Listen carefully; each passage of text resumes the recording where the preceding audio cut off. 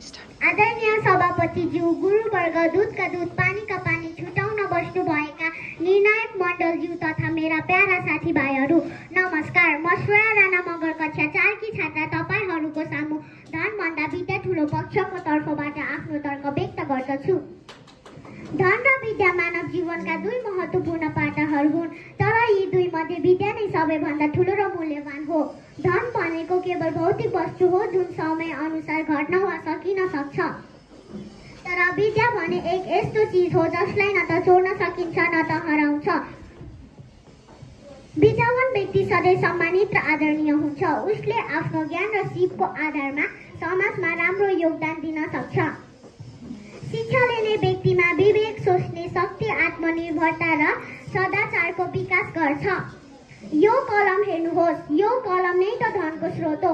यदि विद्या प्राप्त थिएन भने यो कलम चलाउन कसरी जानिन्थ्यो?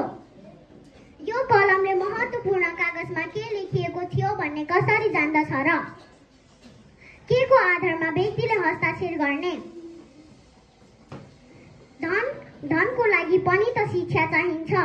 कुनै पनि कम्पनीको सुरुवात गर्न अथवा त्यही कम्पनीमा रोजगार लिन पहिलो प्रश्न भनेको तपाईको शिक्षा कति हो? अब भन्नुहोस्, शिक्षा छैन मसँग, पर्याप्त धन छ, के तपाईले रोजगार पाउनुहुन्छ र? धन कमाउने मुख्य पाटो पनि त विद्या रहेछ।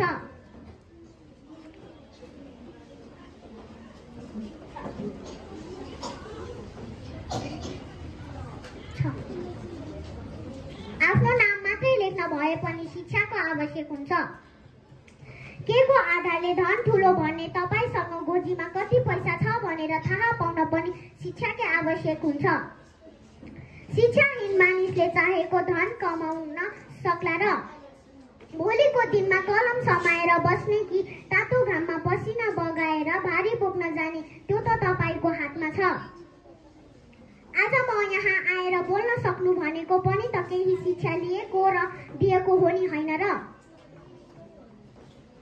भोलिको उज्जवल भविष्य बनाउनको लागि हामी विद्यालय आएको हो नि, होइन र? धन नै ठुलो हो भनेर सोच्ने हो भने डाक्टर, इन्जिनियर, शिक्षक कसरी बन्ने थिए सोच्नुहोस्।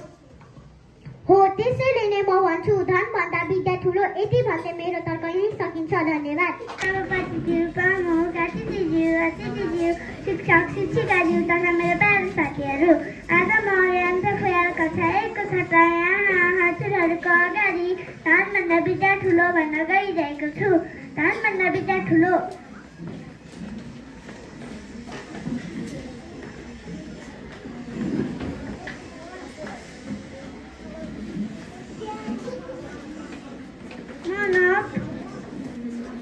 जीवनको लागि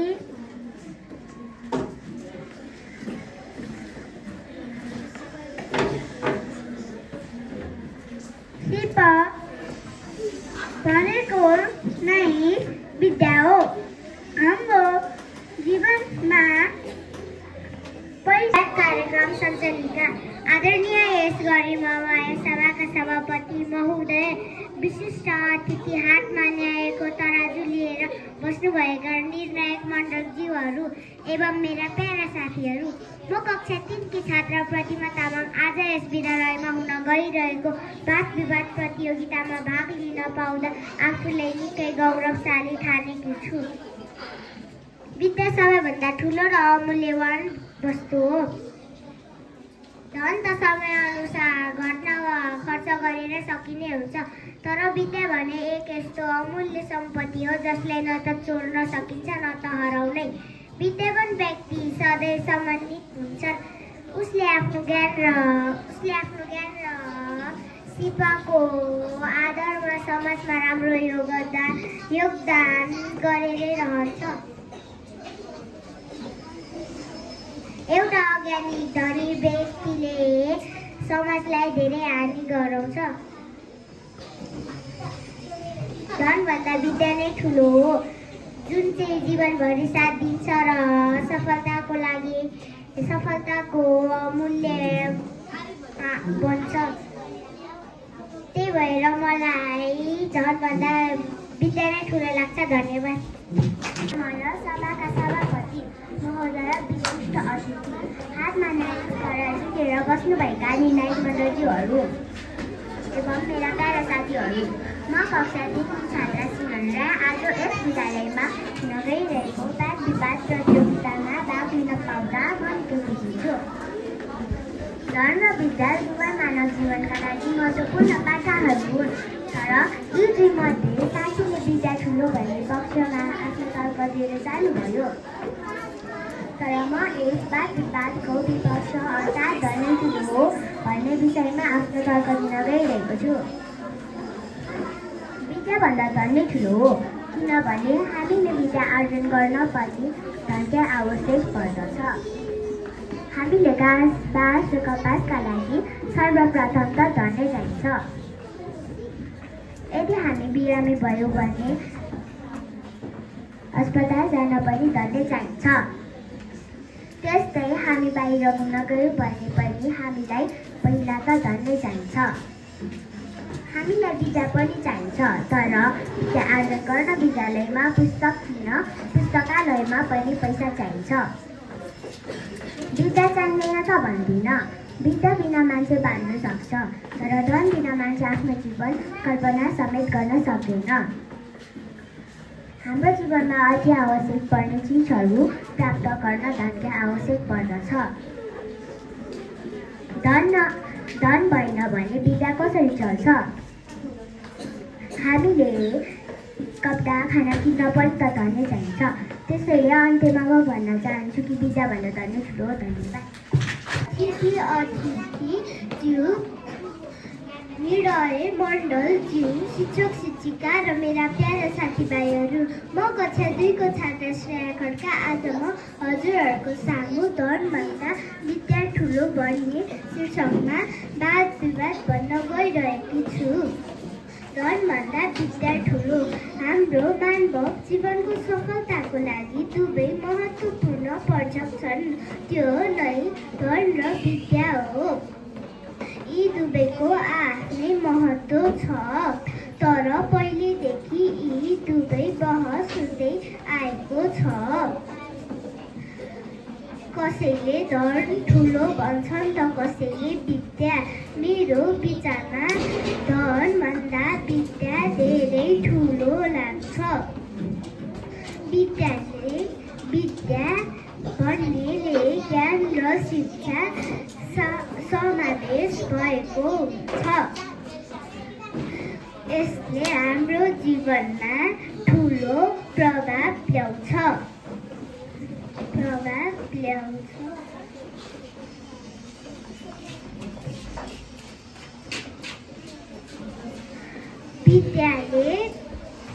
विद्याले मानिसलाई ज्ञान दिन्छ।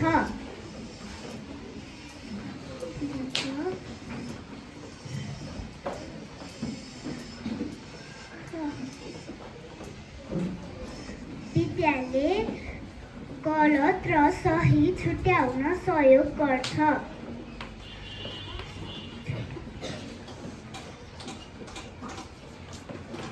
र जीवनमा ठुलो मान्छे बनाउँछ। धन्यवाद।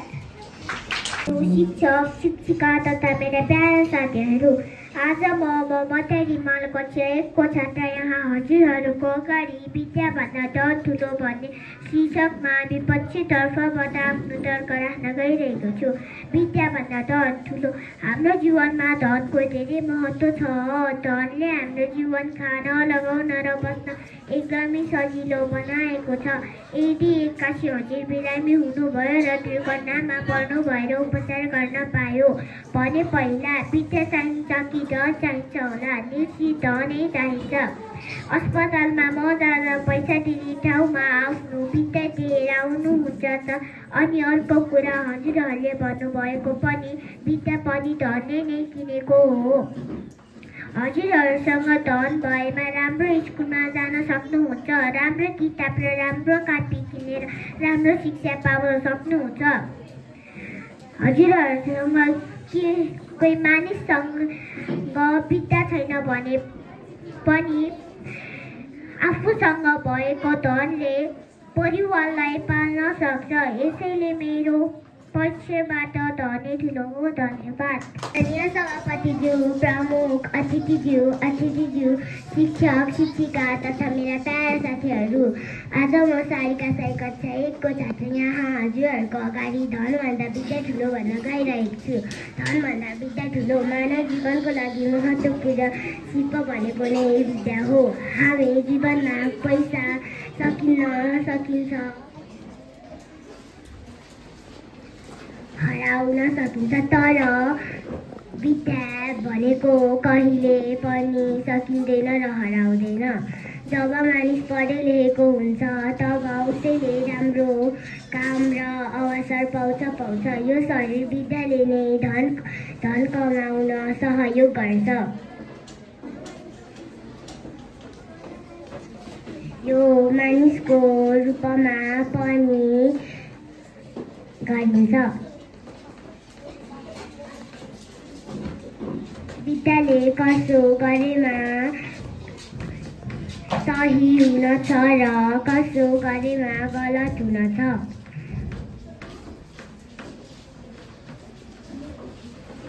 भन्ने कुरा छुट्याउन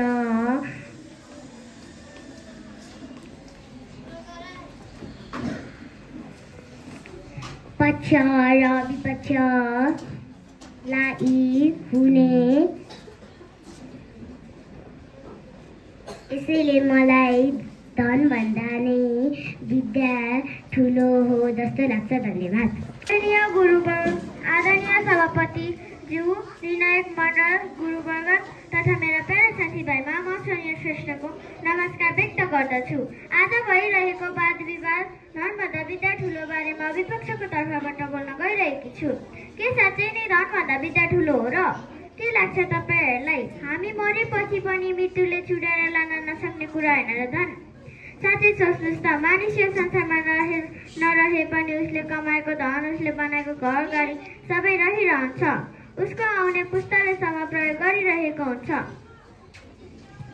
विद्यामा के छ र? संसारबाट आफूसँगै बोकेर जाने हो। यसले न कसैको काम लाग्यो, न कसैले प्रयोग गर्न नै पायो। यही धन बाँधेको भए जीवनभर चलाउन पुग्थ्यो होइन र? के धन बिना शिक्षा पनि प्राप्त हुन्छ र? लाखौँ लाख खर्च गरेर लिनु परेको छ शिक्षा। यदि यो पैसा जोगाउनु हो भने जीवनभर चलाउन पुग्छ होइन र?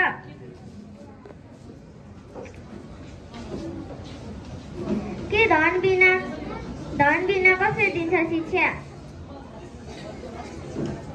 कलमको कुरा गर्नुभयो। कलम बनाउनकै लागि पनि त धन चाहिन्छ। धन बिना बन्यो होला र त्यो कलम? कम्पनी खोल्दा पनि त धनै चाहिन्छ। त्यही कम्पनीले विश्वमा कति मानिसले रोजगार पाएको छ, धन पनि त पाएको छ। धनले शिक्षा किन्न सकिन्छ, तर शिक्षाले धन किन्न कहिले सक्दैन। एक ठाउँबाट अर्को ठाउँ जानलाई पनि त धनै चाहिन्छ। तपाईँसँग शिक्षा छ भनेर गाडीवालाले पैसा बिना गन्तव्यमा पुर्याइदिन्छ र? विद्याभन्दा धन ठुलो भन्दै मेरो तर्क यही सकिन्छ। धन्यवाद।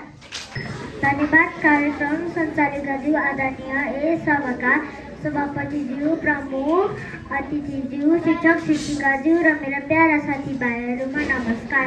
म कक्षा 2 की छात्रा युनिसा राई। आज यस विद्यालयमा हुन गइरहेको वाद विवाद प्रतियोगितामा भाग लिन पाउँदा निकै खुसी छु। म आज विद्याभन्दा धन ठुलो भन्ने शीर्षकमा आफ्नो विपक्ष तर्क राख्दैछु। विद्याभन्दा धन ठुलो। हाम्रो जीवनमा विद्या त महत्त्व हुन्छ, तर धन अझ महत्त्व हुन्छ। हामीलाई बाँच्नको निम्ति धन चाहिन्छ। शिक्षा भए पनि यसले कहिले घाँस बाँस कपास दिन सक्दैन। यो संसारमा सबै कुराका लागि धन नै चाहिन्छ। सिप भए पनि धन छैन भने कसरी प्रयोग गर्ने?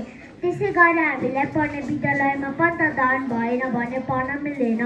भोक लाग्छ, खानको लागि धन चाहिन्छ। जाडोमा जाडो हुन्छ, गर्मीमा गर्मी हुन्छ। मौसम अनुसार कपडा लगाउन पनि किन्नुपर्छ, त्यो किन्न धन चाहिन्छ। बिरामी हुँदा उपचारमा पनि धन चाहिन्छ। हेर्दाखेरि सबै कुराको लागि धन नै चाहिन्छ। शिक्षा पनि धन बिना पाउन सकिँदैन। धन भएमा नै आफूले चाहेको शिक्षा, पढ्न मन लागेको विषयहरू पढ्न सकिन्छ। सुरुवात धन हुनुपर्छ, तब मात्र विद्या पाइन्छ। त्यसैले मलाई विद्याभन्दा धन ठुलो लाग्छ। धन्यवाद।